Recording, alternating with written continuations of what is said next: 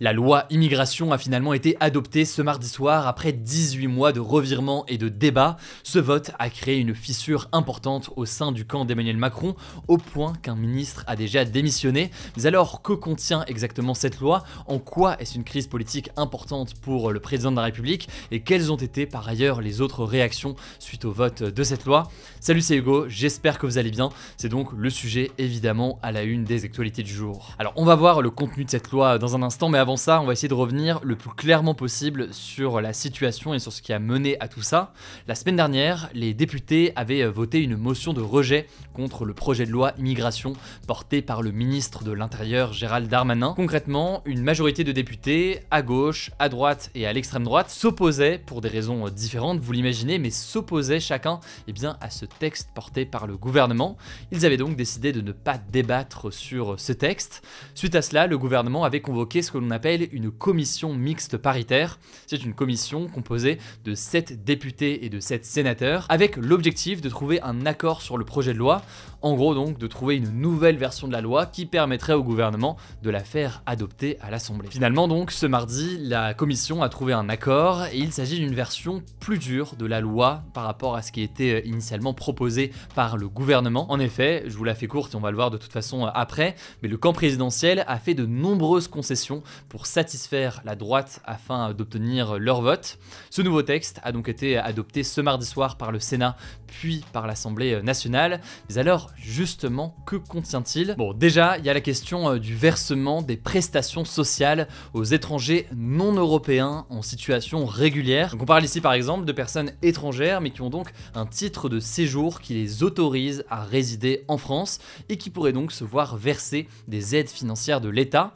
Ça comprend donc ici la question des allocations familiales ou encore la question de l'aide personnalisée au logement, autrement dit les APL. Pour comprendre, avant cette loi, au bout de 6 mois, un étranger en situation régulière les obtenait, mais désormais, avec cette loi, ce sera beaucoup plus dur d'obtenir ces aides. Par exemple, pour les allocations familiales, les étrangers qui ne travaillent pas devront attendre 5 ans et ceux qui travaillent devront attendre désormais 30 mois, donc 2 ans et demi. Encore une fois, 5 ans et 30 mois par rapport à 6 mois jusqu'ici. Par ailleurs, pour les APL, elles ne pourront être touchées qu'au bout de 5 ans en France pour les immigrés qui ne travaillent pas, mais dès 3 mois pour ceux qui travaillent. Alors certains estiment que ces mesures ouvrent la porte à ce que l'on appelle la préférence nationale. C'est un concept qui est porté historiquement par l'extrême droite et par Jean-Marie Le Pen dès les années 80 en France. J'en reparle juste après, mais la gauche a justement accusé le gouvernement de reprendre des dispositions du RN, tandis que le RN de son côté se félicite de cette mesure. Et à noter au passage, juste sur ce premier point qu'on vient d'évoquer, que ces nouvelles restrictions ne s'appliquent pas aux étudiants étrangers. Alors il y a aussi la question de l'AME, donc c'est l'aide médicale d'État. En gros, l'aide médicale d'État, c'est ce qui permet aux étrangers en situation irrégulière de pouvoir tout de même être pris en charge pour des soins de santé s'ils sont présents depuis au moins 3 mois sur le territoire. Les médecins jugeaient cela essentiel pour venir en aide à ceux dans le besoin, mais la droite et l'extrême droite aussi voulaient sa suppression ou alors son remplacement par l'AMU. L'AMU en fait c'est un dispositif qui ne prend en charge que les situations jugées urgentes. Alors pour faire passer le texte auprès de la droite et donc obtenir leur vote, la première ministre Elisabeth Borne a promis ce lundi de présenter une réforme de l'aide médicale d'État début 2024. Autrement dit donc, il y aura des modifications à cette aide médicale d'État, tout en précisant, je cite, qu'il n'est pas question de supprimer l'AME, toujours donc selon Elisabeth Borne.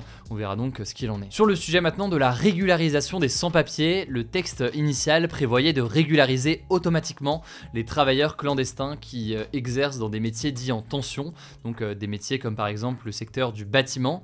Finalement, cette mesure a été rejetée. Désormais, ce seront les préfets qui auront le pouvoir d'accorder ou non un titre de séjour d'1 an. Ils seront donc délivrés au cas par cas à condition d'avoir résidé en France pendant au moins 3 ans et d'avoir travaillé travailler au moins 12 mois sur les derniers 24 mois. La loi prévoit aussi le rétablissement de ce qu'il s'appelle le délit de séjour irrégulier. C'est en fait une revendication importante de la droite. En gros, les personnes en situation irrégulière, donc qui n'ont pas de titre de séjour pour résider en France, pourront ou devront potentiellement payer une amende. Autre point important qu'on peut noter, c'est les conditions du regroupement familial qui seront durcies. Le regroupement familial, c'est un processus qui permet aux membres d'une famille de se réunir dans un pays où l'un d'entre eux réside déjà légalement. Alors maintenant, pour formuler une demande, il faudra résider en France depuis au moins 24 mois au lieu de 18. Donc typiquement, si vous voulez qu'un membre de votre famille vous rejoigne en France, il faudra résider en France depuis au moins 24 mois. Mais il faudra aussi montrer, je cite, que l'on dispose de ressources, je cite, stables, régulières et suffisantes. Autrement dit, donc, pour accueillir cette nouvelle personne.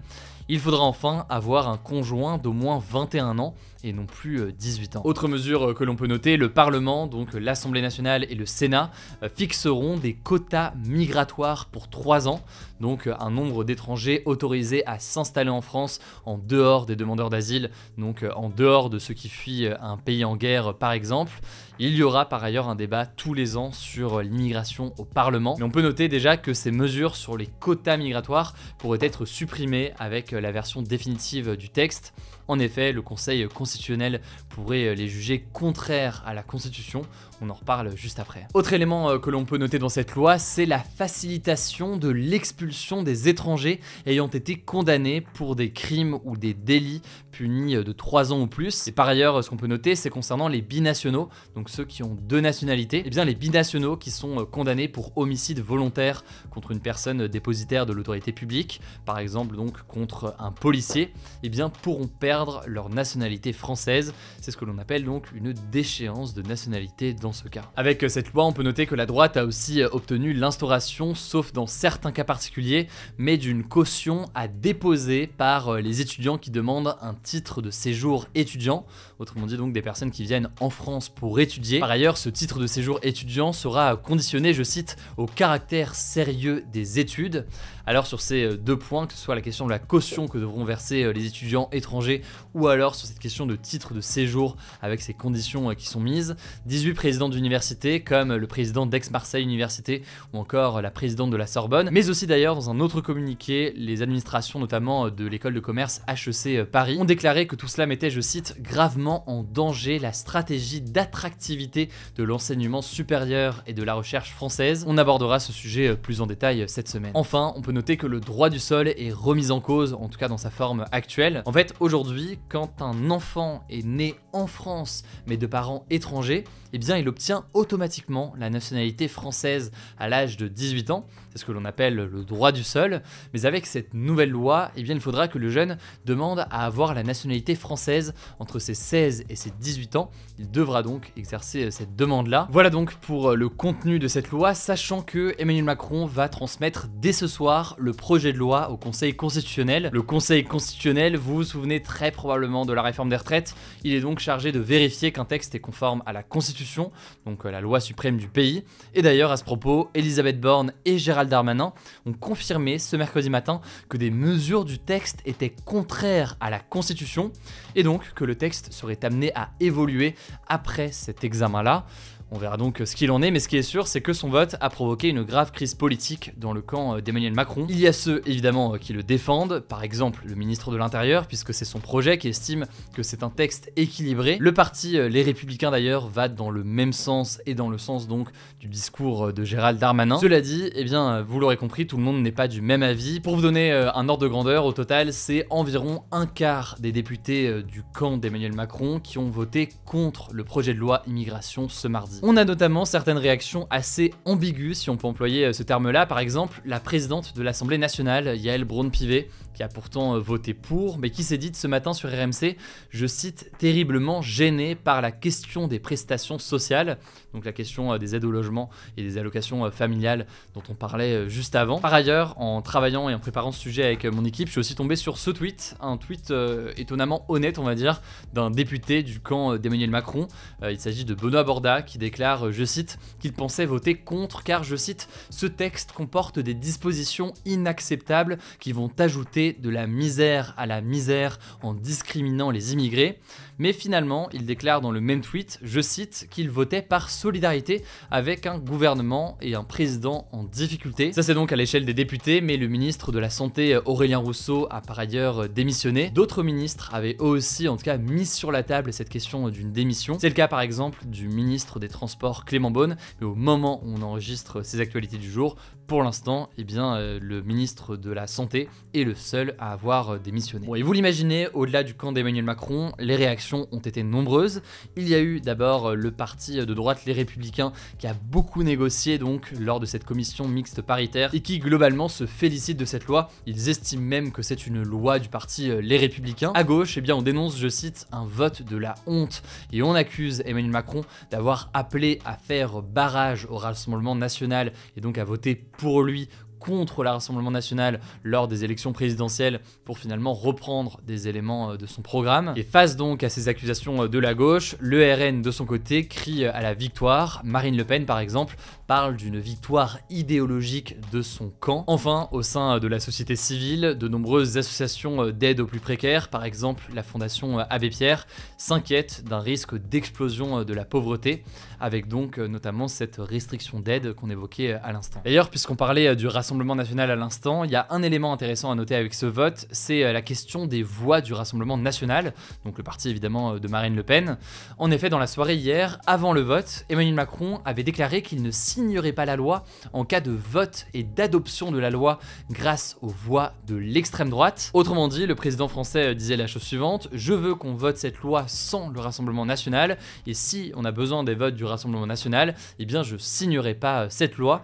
L'objectif étant donc, avant ce vote, d'essayer de satisfaire l'aile gauche de son camp. Alors là-dessus, je vais essayer de l'expliquer le plus clairement possible, mais le ministre de l'Intérieur Gérald Darmanin estime que son texte n'a pas eu besoin des voix du RN pour être adopté, puisqu'il y a eu 349 voix pour et 186 contre, et si on enlève les voix pour du Rassemblement national, eh bien, et que donc le Rassemblement national s'abstient, eh bien, il y a tout de même une majorité pour cette loi. Mais là où le mode de calcul peut être différent, c'est que si on imagine que le Rassemblement national et que les députés du Rassemblement national avaient voté contre plutôt qu'une abstention en cas d'opposition donc au texte, eh bien en l'occurrence, selon les différents calculs, le texte en question ne serait pas passé. Autrement dit, il y a donc un débat sur le fait que le gouvernement ait eu ou non besoin des voix du RN. Bon, j'espère que j'ai été clair sur cette histoire de mode de calcul. En tout cas, Emmanuel Macron a pris la parole ce soir dans l'émission C'est à vous sur France 5. Il estime que le texte ne reprend pas les positions du Rassemblement national. Il affirme que c'est, je cite, un bouclier qui nous manquait. Il a aussi cependant affirmé être opposé à la caution qui est nécessaire désormais pour les étudiants étrangers. On verra donc si tout cela évolue. Je vous laisse avec Blanche pour les actualités en bref et je reviens juste après. Merci Hugo et bonjour à tous. On commence avec cette actu. La plateforme Parcoursup, donc pour les admissions dans l'enseignement supérieur, a ouvert ce mercredi. Concrètement, dès aujourd'hui, les candidats inscrits peuvent consulter les formations qui sont susceptibles de leur plaire. Et puis on en parlait il y a quelques jours, les élèves de seconde et de première peuvent désormais se créer un compte afin de s'informer le plus tôt possible des formations proposées. La prochaine étape, ce sera le 17 janvier. Les candidats pourront se créer un dossier et ainsi formuler 10 vœux. La date limite est fixée au 14 mars. Deuxième actu, Monique Olivier, l'ex-femme du tueur en série Michel Fourniret, a été condamnée à la perpétuité ce mardi soir pour complicité dans les enlèvements et meurtres de 3 jeunes filles. Elle a été condamnée à la réclusion à perpétuité assortie de 20 ans de sûreté. Ça signifie qu'elle fera au moins 20 ans de prison, mais pourrait rester en détention à perpétuité. A noter que cette condamnation s'ajoute aux précédentes. Elle avait déjà été condamnée au total à 30 ans lors de ses 2 premières condamnations et ne sera donc potentiellement libérable qu'en 2035. Troisième actu, l'ancien présentateur du JT de TF1, Patrick Poivre d'Arvor, a été mis en examen pour viol sur la journaliste Florence Porcel, a annoncé ce mardi le parquet de Nanterre. Ça signifie que si la justice réunit suffisamment de preuves contre lui, il pourra y avoir un procès et il pourra être condamné. L'autrice, âgée de 40 ans, accuse Patrick Poivre d'Arvor de l'avoir forcé à avoir un rapport sexuel avec lui en 2004 et de lui faire une fellation en 2009. De son côté, Patrick Poivre d'Arvor a contesté par la voix de ses avocats, je cite, fermement les faits allégués. Quatrième actu, l'ancien président américain Donald Trump a été déclaré inéligible par la Cour suprême de l'État du Colorado ce mardi, donc la plus haute juridiction de l'État. C'est la première fois dans l'histoire américaine qu'un candidat à la présidence présidence américaine est exclue d'une élection dans un État. Concrètement, ça signifie que Donald Trump ne peut plus se présenter pour les primaires républicaines dans le Colorado. Donc les primaires républicaines, c'est l'élection qu'il y a avant l'élection présidentielle pour qu'un parti désigne son candidat. Les juges considèrent que l'ancien président s'est livré à une rébellion le 6 janvier 2021 lorsque ses partisans ont envahi le Capitole pour tenter d'empêcher la certification de la victoire du démocrate Joe Biden. Alors cette interdiction concerne uniquement l'État du Colorado, mais d'autres décisions de justice de ce type pourraient être annoncées dans les prochaines semaines dans d'autres États américains. Dernière actu, pour la première fois, la NASA, donc l'agence spatiale américaine, a réussi à envoyer une vidéo depuis l'espace en utilisant un système de communication par laser. En gros, dans cette vidéo de 15 secondes, on voit un charrou qui appartient à l'un des employés de la NASA pour chasser un laser projeté sur un canapé. La vidéo a mis moins de 2 minutes à voyager jusqu'à la Terre après avoir été envoyée par la sonde Psyché de la NASA. Cette sonde, elle est située à 30 millions de kilomètres de la Terre, soit près de 80 fois la distance entre la Terre et la Lune. Le but de cette mission, c'est de développer l'envoi de vidéos sur de grandes distances dans l'espace. Merci beaucoup Blanche pour les actualités en bref. Pour plus d'informations sur tous les éléments qu'on a évoqués aujourd'hui, qui j'en suis conscient ne sont pas faciles comme ça à résumer dans le cadre de ce format, je vous mets des liens en description pour en savoir plus. Rendez-vous sur Instagram pour plus d'actualités, prenez soin de vous, prenez soin de nos proches, et puis on se dit à demain pour une nouvelle vidéo.